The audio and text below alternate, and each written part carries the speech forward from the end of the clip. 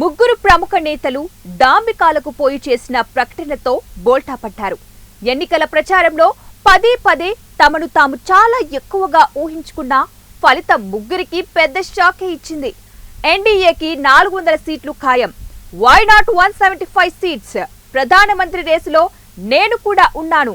ఇవి ఎన్నికల సమయంలో ముగ్గురు ప్రముఖులు అత్యుత్సాహంగా ప్రవర్తించారు. ఎన్నికలకు చాలా కాలం ముందు నుంటే వైఎస్ జగన్ వై నాట్ 175 అంటూ పదే పదే ఛాలెంజ్లు చేశారు. కుప్పంలో చంద్రబాబు నాయుడును ఓడించడం ఖాయమన్నారు. పార్టీ నేతలు, అభ్యర్థులతో సమావేశం, బహిరంగ సభలు ఎక్కడ మాట్లాడినా జగన్ నినాదం ఒక్కటే, వై నాట్ 175. ఫలితాల్లో చూస్తే ఏమైంది? టీడీపీ కూటమి 164 సీట్లలో మెజార్టీతో అఖండ విజయం సాధించింది. వైసీపీ పరిస్థితి ఏంటంటే 11 సీట్లతో ముక్కి మూలుగుతోంది. 11 సీట్లంటే అసెంబ్లీలో ప్రధాన ప్రతిపక్ష పార్టీగా కూడా అర్హత కూడా కోల్పోయింది. ఫలితాల తర్వాత దేశమంతా ఏపీ వైపు నెవ్వెరపోయి చూస్తుందన్న జగన్ మాటే నిజమైపోయింది. 175 సీట్లను వైసీపీయే క్లీన్ స్వీప్ చేస్తుందని జగన్ చెబితే చివరకు అసెంబ్లీలో గౌరవప్రదమైన హోదా కూడా దక్కలేదు. ఇక కేసీఆర్ వ్యవహారం చూస్తే జాతీయ రాజకీయాల్లో బీఆర్ఎస్ చక్రం తిప్పబోతోందని, ప్రధానమంత్రి రేసులో తాను కూడా ఉన్నానని పదే పదే చెప్పారు. ప్రధానమంత్రి రేసు కాదు కదా, చివరికి తెలంగాణలో జరిగిన పార్లమెంట్ ఎన్నికల్లో ఒక్కటంటే ఒక్క సీటు కూడా గెలవలేదు. 10 ఏళ్లు అధికారంలో ఉన్న పార్టీ మొత్తం 17 సీట్లలో ఒక్కటంటే ఒక్క సీటులో కూడా గెలవలేదంటే అర్థమేంటి? చివరిగా 400 సీట్లతో బీజేపీ అధికారంలోకి రావటం ఖాయమని నరేంద్ర మోదీ పదే పదే దేశమంతా ప్రచారం సమయంలో ఊదరగొట్టారు.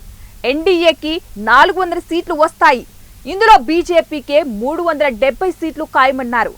తీరా ఫలితాలు చూస్తే ఏమైంది? అతి కష్టం మీద ఎన్డీఏ కూటమి అధికారంలోకి వస్తోందని అర్థమవుతోంది. చివరి వార్తలు అందే సమయానికి ఎన్డీఏ కూటమి 296 సీట్లలో మెజార్టీలో ఉంది. ఇందులో నుండి ఏవైనా 2 గట్టి ప్రాంతీయ పార్టీలు బయటకు వెళ్లిపోతే ఎన్డీఏ ప్రతిపక్షంలో కూర్చోవాల్సిందే. పై ముగ్గురి మాటల్లోనూ కామన్ పాయింట్ ఏంటంటే గర్వం, అహంకారమే కనపడుతోంది. దేశంలో ప్రతిపక్షాలన్నవే లేకుండా చేయాలని మోడీ, తెలంగాణ, ఏపీలో ప్రతిపక్షాలు ఉండకూడదని కేసీఆర్, జగన్ గట్టిగా అనుకున్నారు. నిజానికి బలమైన ప్రతిపక్షం ఉన్నప్పుడే అధికార పార్టీకి విలువ పెరుగుతుందన్న విషయాన్ని వీళ్ళ ముగ్గురు మర్చిపోయారు. ప్రతిపక్షాలన్నవే లేకపోతే ప్రజాస్వామ్యం స్థానంలో నియంతృత్వం చోటు చేసుకుంటుంది. ఈ విషయాన్ని మోడీ, కేసీఆర్, జగన్ మర్చిపోయి ఓవర్ యాక్షన్ చేస్తున్నారని జనాలు అనుకోబట్టే ఓటు అనే ఆయుధంతో ముగ్గురికి ఒకేసారి గట్టిగా బుద్ధి చెప్పారు.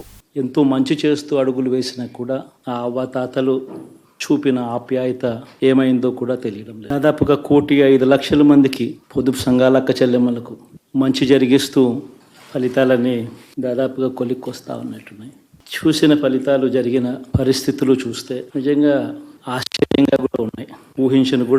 ఊహించలేదు ఇలా జరుగుతుందని, ఇలా వస్తాయని కూడా. బట్ ఎస్, అమ్మఒడి అందుకున్న 53 లక్షల మంది తల్లులకు మంచి చేసిన పిల్లలు బాగుండాలి, వాళ్ళ చదువులు బాగుండాలని తాపత్రయపడుతూ అడుగులు వేశాం. మరి అక్క చెల్లెమ్మల ఓట్లు ఏమయ్యాయో తెలియదు. 66 లక్షల మంది అవ్వాతాతలకు, వితంతులకు, వికలాంగులకు గతంలో ఎప్పుడు జరగని విధంగా మంచి చేశాం. వారి కష్టాల్లో తోడుగా ఉంటూ, వారి కష్టాన్ని అర్థం చేసుకుంటూ, వారి ఇంటికే పంపించే వ్యవస్థను సైతం తీసుకొస్తూ, గతంలో మా ప్రభుత్వం అధికారంలోకి రాకమునుపు ఇస్తా ఉన్న చాలని పెన్షన్ నుంచి ఎంతో మంచి చేస్తూ అడుగులు వేసినా కూడా ఆ అవ్వాతాతలు చూపిన ఆప్యాయత ఏమైందో కూడా తెలియడం లేదు. దాదాపుగా 1,05,00,000 మందికి పొదుపు సంఘాల అక్క చెల్లెమ్మలకు మంచి జరిగిస్తూ, వారి కష్టాలనే మా కష్టాలుగా భావిస్తూ, ఇచ్చిన ఏ మాట తప్పకుండా అన్ని రకాలుగా వాళ్ళకు అండగా ఉంటూ, ఆసరాతో తోడుగా ఉన్నాం. 0 వడ్డీతో సైతం అండగా ఉన్నాం. చేయూత సైతం తోడుగా ఉంటూ నిలిచాం. మరి ఆ 1,05,00,000 మంది అక్క చెల్లెమ్మల ప్రేమాభిమానాలు ఏమయ్యాయో తెలియదు. 26 లక్షల మంది చేయూతను అందుకుంటున్న అక్క చెల్లెమ్మలు, వారి ఆప్యాయత ఏమైందో తెలియదు. పిల్లల చదువుల కోసం ఏ తల్లి, ఏ తండ్రి ఇబ్బంది పడకూడదు అని మొట్టమొదటిసారిగా పూర్తి ఫీజులు ఇస్తూ తీసుకొచ్చి అందగా నిలిచాం. చదువుల్లో ఎప్పుడూ చూడని మార్పులు తీసుకొచ్చాం. దాదాపుగా 12 లక్షల మందికి సంవత్సరానికి మంచి జరిగిస్తూ ఆ పిల్లలు ఆ తల్లుల అభిమానం ఏమైందో కూడా తెలియదు. దాదాపుగా 54 లక్షల మంది రైతన్నలకు గతంలో ఎప్పుడూ చూడని విధంగా, జరగని విధంగా పెట్టుబడికి సహాయంగా అందించే కార్యక్రమం మొట్టమొదటిగా జరిగింది మన ప్రభుత్వం వచ్చాకే. మరి అంతగా రైతన్నలకు తోడుగా ఉంటూ రైతన్నలకు రైతు భరోసా ఇవ్వడం కానీ, సమయానికే వారికి ఇన్పుట్ సబ్సిడీ ఎప్పుడు జరగని విధంగా సీజన్ ముగిసేలోగానే ఇచ్చే కార్యక్రమం కానీ, ఉచిత ఇన్సూరెన్స్ కానీ, పగటిపూట 9 గంటలు ఇచ్చే కార్యక్రమం కానీ, ఉచిత విద్యుత్ ఇచ్చే కార్యక్రమం కానీ, మరి 1/2 కోటి మంది రైతన్నల ప్రేమ ఏమైందో తెలియదు. మరి ఇన్ని కోట్ల మందికి పేదవాడికి తోడుగా ఉంటూ, ఆటో డ్రైవర్లు నడుపుకుంటా ఉన్న వాళ్ళు ఆటోలు దోలుకుంటూ, టాక్సీలు దోలుకుంటూ ఇబ్బంది పడకూడదని వారికి అండగా ఉంటూ ఓ వాహనమిత్ర, నేతన్నలకు అండగా ఉంటూ ఓ నేతన్న నేస్తం, మత్స్యకారులకు తోడుగా ఉంటూ మత్స్యకార భరోసా,